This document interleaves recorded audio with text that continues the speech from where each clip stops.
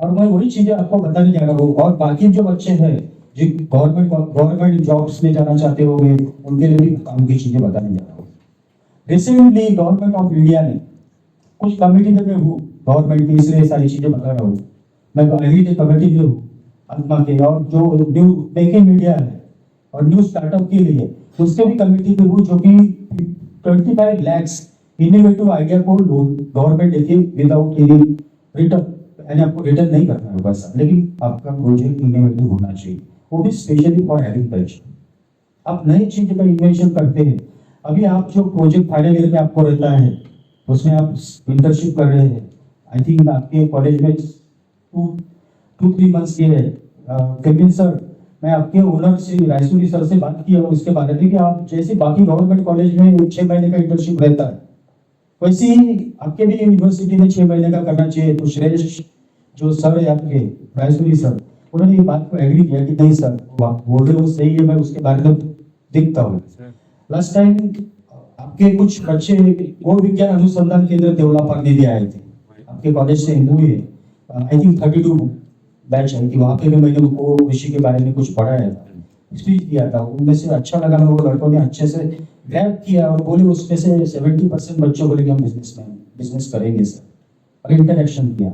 मुझे होप है कि आप भी इतने अच्छे इंस्टीट्यूट में पढ़ रहे हैं, जीएस रायसोनी एक क्वालिटी इंस्टीट्यूट, क्वालिटी एजुकेशन में माना जाता है, तो आप भी उसी तरह के बच्चों ने अभी एक्टिव होकर हमसे इंटरेक्शन करना है। आज का दिन हम सारे बिजनेस के काम छोड़ के आपके लिए आए इतने दूर, क्यों आए? कि आपको कुछ दे के जाएंगे तो ही आने का फायदा हमारा, नहीं तो आप सुन लेंगे तो वो तो स्पीच पॉलिटिशियन भी देते हैं। हम लोग पॉलिटिशियन नहीं, हम आपके लिए आए एक्सपर्ट, कुछ आपके क्वेश्चन होंगे आपके दिमाग में, वो सॉल्व करने के लिए है। आगे यहाँ से जाने के बाद में आप एग्रीकल्चर पढ़ने के बाद में आपको क्वेश्चन है कि करियर में क्या करना है। कोई आगे की पढ़ाई करेगा, कोई बिजनेस करेगा, कोई जॉब में जाएगा, कोई भी जॉब में, बट टिप्स जरूरी चाहिए, टैलेंट जरूरी चाहिए, मार्केटिंग टिप्स भी आपको सब मिलते सारे। मैं आपको नए स्टार्टअप में क्या करना चाहिए, स्पिरिट के बारे में कुछ चीजें बताऊंगा। आपके दिमाग में कुछ चीजें आनी चाहिए कि मुझे इसके बाद में क्या करना है, ये फर्स्ट इंपॉर्टेंट चीज है, तभी आप आगे कुछ कर पाएंगे। एम्स होने चाहिए लाइफ में। मैं भी एक छोटे से गांव में से एक किसान का बच्चा था, उसके बाद में आपके समान में मैं एग्रीकल्चर नहीं हूँ, मेरा एजुकेशन एमटेक केमिकल इंजीनियर है, लेकिन अभी मैं पीएचडी एग्रीकल्चर में कर रहा हूँ, nano technology in organics and sustainable farm for natural farm, उसमें मेरा पीएचडी हो रहा है। और वही सब्जेक्ट से रिलेटेड हम अभी लास्ट वीक में ही एग्रोविजन के पहले हमारी मीटिंग गवर्नमेंट ऑफ महाराष्ट्र से हुई, उसमें राज्यपाल सर ने हमें बोला है कि मैक्सिमम महाराष्ट्र में नेचुरल ऑर्गेनिक फार्मिंग के लिए स्टार्टअप चालू करना है। उसमें आप सर्वे कीजिए, उसमें नए इनोवेटिव आइडिया लीजिए, और आपको डायरेक्टली कनेक्टेड है। आप जगदीश सर को बोलिए कि आप सर, मैं बोल रहा हूँ आपके यहाँ पे जो भी इनोवेटिव बच्चे होंगे, नए इनोवेटिव आइडियाज के लिए उनको गवर्नमेंट ऑफ इंडिया ने और स्टेट गवर्नमेंट ने कोलैबोरेशन करके उसका अभी रिसेंटली महाराष्ट्र में हमने 5 जगह ये किए, सिलेक्ट किए। 1.25 कोटी का फंड था, 5 जन सिलेक्ट हुए, उसमें से मुझे खुशी है कि नागपुर का एक बच्चा सिलेक्ट हो गया।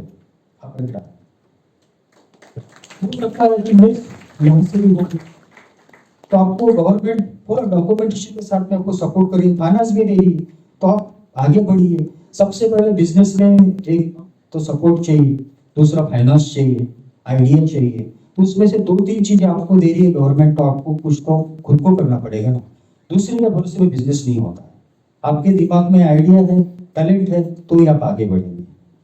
जॉब्स की कमी नहीं, कभी टैलेंट की है, वो सर ने पहले ही बोला, ये बात सही है। जॉब्स ढेर पड़े हुए हैं, लेकिन वो जॉब को एक्वायर करने वाले बच्चे कम हैं। हमें भी इंडस्ट्री वाले को हम बोलते हैं, सबको भी बोला मैंने, मेरे हमें भी कुछ बैच आई थी ट्रेनिंग पे, मुझे खुशी लगी कि वो बच्चे ने अच्छा परफॉर्म किया। मेरे अभी तक के वो ट्रेनिंग में थे, कॉलेज में इंटर्नशिप कर रहे थे, अच्छा परफॉर्म किया। वो बोले सर कि इसमें से 5 लोग बोले 8 में से कि हम इंडस्ट्री डालेंगे सर। तो आप भी ऐसा सोचना है कि आगे मुझे लाइफ में क्या करना है। सबसे इंपॉर्टेंट है कि अभी स्टूडेंट लाइफ में आपने एम बनाना चाहिए, और एम के लिए सिर्फ एम बना के लिए उसको एक्सीक्यूट करने के लिए क्या चीजें रहेगी, वो एक एक्सपर्ट से पूछना चाहिए। मैंने पहली भाषण में बोला कि मेरे गुरु बैठे हैं यहाँ पे, हम कहाँ से सीखे? इन गुरु लोगों से सीखे। तो आपको जब गुरु लोग मिलते हैं, कॉलेज क्यों आते हैं अपन? क्यों आते कॉलेज बताइए? घर में बैठ के पढ़ाई कर सकते हैं, क्यों आते कॉलेज? फ्रॉम विच, कहाँ से लेते नॉलेज आप? हाँ, तो गुरु, गुरु बिना ज्ञान। तो आप गुरु से ये सारी चीजें इंटरेक्ट करो। और मुझे खुशी होगी कि इसमें से जितने लोग एंटरप्रेन्योर या बिजनेस या जॉब में जाना चाहते हैं, कोई भी रहे, एवरीबडी, मैं आपको एक ही रिक्वेस्ट कर रहा हूँ कि मुझे आप क्वेश्चन पूछेंगे तो बहुत खुशी होगी वो क्वेश्चन के आंसर देने में, क्योंकि मैं एक R&D मैन हूँ। मेरा परिचय सर ने इंडस्ट्री का दिया है सर। इसके पहले मेरा फ्यूचर जो था, मैं सेंट्रल गवर्नमेंट में साइंटिस्ट था। सेंट्रल गवर्नमेंट में साइंटिस्ट था। 30 ईयर जॉब करने के बाद में मुझे लगा कि मैं वेरियस प्रोडक्ट्स किया। मेरा लास्ट प्रोजेक्ट 1500 करोड़ का गवर्नमेंट का करके दिया था भिलाई स्टील प्लांट में। उसका नाइट्रोजन, ऑक्सीजन और जो एनालॉन जो प्लांट गैसेस रहती है उसका डिस्टिलेशन प्लांट मैंने खड़ा किया हुआ, अभी भी अच्छे से चल रहा है। तो उसके बाद में मुझे ऐसा लगा कि मैंने इतने सारे प्रोजेक्ट किया तो एक मेरा भी खुद का कुछ होना चाहिए। मेरे दिल में उस समय भावना है, आज से 11 साल पहले। तो मैंने एक लैब डाला खुद की एमटेक में, ऑर्गेनिक फर्टिलाइजर ये लिया, प्रोजेक्ट लिया। ये इसलिए बता रहा हूँ, मैं अपना बड़प्पन नहीं बता रहा हूँ कि एक एंटरप्रेन्योर कैसे बनता है। मैं मेरा अनुभव जो प्रैक्टिकल होगा आपको शेयर करूंगा।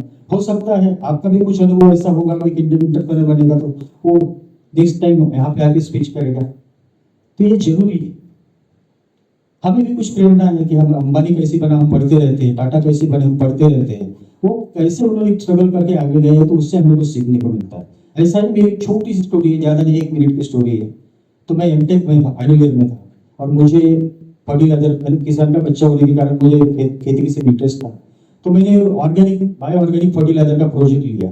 उस समय में RCO जो है सर बैठे, उनके भी डिपार्टमेंट में जाके स्टडी किया, कुछ स्टेट गवर्नमेंट में जाके स्टडी किया, कुछ कंपनी में जाके स्टडी किया। और ऐसा सब करने के बाद में आखिरी में वो विज्ञान अनुसंधान केंद्र देवला पार्क, वहाँ पे खुद जाके एज ए साइंटिस्ट करके काम करके वहाँ पे प्रोजेक्ट किया, खड़ा किया, लैब भी सेटअप किया। उन्होंने मुझे इतना सपोर्ट किया कि आज भी मैं वहाँ जाके काम करता हूँ। और मुझे बड़ा जो खुशी है कि जो संस्था है सभी ने वहाँ पे विजिट करना चाहिए, वहाँ पे सीखने को फ्री ऑफ कॉस्ट देते। वहाँ पे 390 नीरी एम्स सबका वहाँ पे MOU है, आपको free of cost, low cost entrepreneur training, कोई भी चीज बनाने का, फर्टिलाइजर है या कुछ न्यूट्रिएंट है, उसका आपको वहाँ पे लैब है, सारी चीजें अवेलेबल है। तो वहाँ से मैंने प्रेरणा लेते हुए अपना लैब खड़ा किया। लैब खड़ा करने के बाद में कुछ फॉर्मुलेशन बनाए। वो फॉर्मुलेशन वेरियस अमेरिका तक के गए मिले। आज भी अमेरिका के वर्ल्ड केमिकल इंजीनियरिंग इंस्टीट्यूट जो है AICHE अमेरिका का, वहाँ मेरा पेपर पब्लिश है, वहाँ पे मेरा पेटेंट काम कर रहा है। ठीक है, इंडिया छोड़ के फॉरेन में पेटेंट चल रहा है आज। कैसे? ये आपके आइडिया, दिमाग, आपको कुछ करने का वो होना चाहिए। तो उस समय मेरा जो बनाया था प्रोजेक्ट, वो यूनिवर्सिटी में टॉप था। तो मुझे खुशी हुई। मैं बोला कि नहीं, अपन थ्योरेटिकल पास हो गए, अभी प्रैक्टिकल करना है। और खुद प्रैक्टिकल चालू कर दिया और उसके जो फॉर्मुलेशन बने आज फेमस है।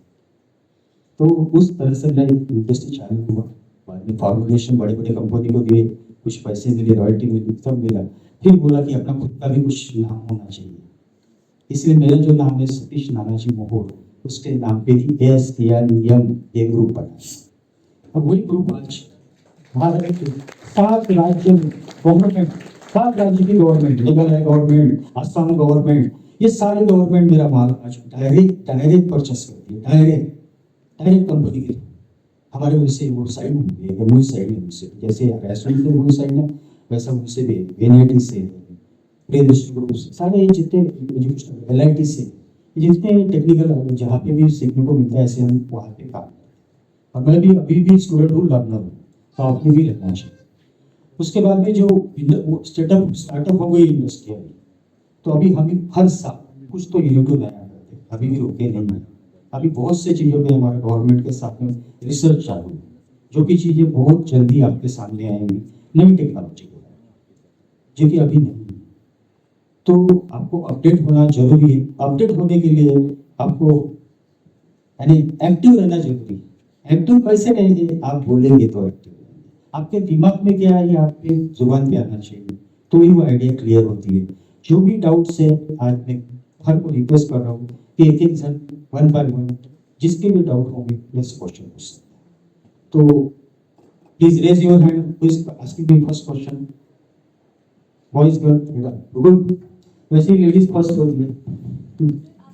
या सर आपने बोला नए इनोवेटिव टेक्निक्स आप बिल्डअप कर रहे हैं, कौन सा? हमारा रिसर्च चल रहा है मैडम कि आज एग्रीकल्चर में सबसे हाईएस्ट कंज्यूमेबल केमिकल है यूरिया, और यूरिया के कारण ही जमीन ज्यादा बंजर हो गई है। और जो वाटर रेसिड्यू पेस्टिसाइड्स के साथ में, जैसे पेस्टिसाइड का रेसिड्यू होता है, यूरिया का रेसिड्यू सबसे ज्यादा है। क्यों? उसका रीजन भी ये है, यूरिया सबसे सस्ता फर्टिलाइजर। एक बैग की जगह वो बोलता है कि 2 दे दो। और सबसे बैड तो ये भी है कि यूरिया अपन फॉरेन से इंपोर्ट कर अपनी करेंसी बाहर बेच जाती है। करोड़ों का गवर्नमेंट, जो अपने कृषि मंत्री है चौहान जी, शिवराज चौहान जी, उन्होंने बोला कि पेट्रोल से भी ज्यादा सब्सिडी यूरिया में जा रही है, तो अपना लॉस है इंडिया। तो उसी पे हमारा रिसर्च चल रहा है कि यूरिया के जो कंटेंट है, केमिकल कंटेंट, उसका हमने एनालिसिस किया है गवर्नमेंट्स के इंस्टीट्यूट के साथ में। उसमें वेनाइटी है, डेरी है, सारे इंस्टीट्यूट, गवर्नमेंट के 5 इंस्टीट्यूट है, प्राइवेट में। तो उनके साथ में हमारा प्रोजेक्ट चल रहा है कि जो कंटेंट यूरिया के वो ऑर्गेनिक में बनाना है। उसके टेस्ट हुए, प्राइमरी 1 to 2 2 टेस्ट है वो पास हो गए। अभी लास्ट स्टेज बचा है, कोई बार मैच हो गया तो डायरेक्ट आपको सब मिल जाएगा। Okay, next. सर मैं पीयूष बावस्कर एमएससी का स्टूडेंट हूँ। मेरे मन में क्वेश्चन है, दरअसल क्या है कि ऑर्गेनिक इंडस्ट्री में मैं चाहता हूँ कि जैसे केमिकल इंडस्ट्री में पेस्टिसाइड्स काफी सारे यूज होते हैं, बट ऑर्गेनिक में जितना मैं मेरी जानकारी में उतने ज्यादा प्रोडक्ट्स अवेलेबल नहीं है, तो क्या उस पर कोई रिसर्च वगैरह हो रही है, वो जानना चाहता हूँ। Good question. पेस्टिसाइड का अभी तक में मेरे हिसाब से ऑर्गेनिक में इतना पावरफुल नहीं है।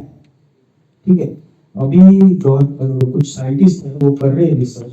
और मुझे ये क्वेश्चन आपने जो पीएचडी मुझे पूछा था, आई थिंक बिफोर 1 मंथ पहले, सर यही क्वेश्चन मैंने आपको पूछा था। मैं सही बोल रहा हूँ ना? या हमारी मीटिंग हुई थी कमेटी, हमारे कमेटी के खुशी हुई, सर हमेशा हमारी कमेटी में आते हैं। तो ये क्वेश्चन हमने सर को बोला था कि सर आप इस सेंट्रल गवर्नमेंट के बड़े बड़े साइंटिस्ट लोगों के साथ में रहते हैं, हम तो छोटे साइंटिस्ट हैं, छोटे लोग, हमारे लिमिटेशंस है, आपकी लिमिटेशंस नहीं है। तो सर ये क्वेश्चन का आप आंसर काफी देंगे बाद में, लेकिन ये क्वेश्चन मेरा भी है। आपने मुझे इनवाइट किया है, उसके लिए मैंने आ नहीं पाया, बाहर था 1 महीना, तो मैं पक्का आके क्वेश्चन करता। और हो सकता है कि इसका सोल्यूशन भी बहुत जल्दी मिल जाए, हम उसके भी पीछे लगे हुए हैं और उसके कुछ रिसर्च किए, लेकिन उसके रिजल्ट उतने आए नहीं। तो जो चीज के रिजल्ट नहीं है वो आपको कैसे बोलूं, जिस दिन आ जाएगा ना मैं पक्का आपको बता। ठीक, थैंक यू। और जरूर आप उनका इंटरेक्शन में आप उनको भी कुछ क्वेश्चन होंगे तो आप पूछिए और आपका नॉलेज बढ़ाइए। और मुझे आशा है कि आपने मुझे जो 5-10 मिनट का टाइम दिया उसको सुना, वो सबके काम में आया होगा। और इसके बाद में भी, मैं यहाँ से जाने के बाद में भी किसी को कुछ डाउट है, कुछ पूछना है कभी भी, तो डॉक्टर केल्विन सर जो डीन है आपके, उनके पास मेरा नंबर है, आप उनसे लेके कभी भी मुझे कांटेक्ट कर सकते हैं। Thank you.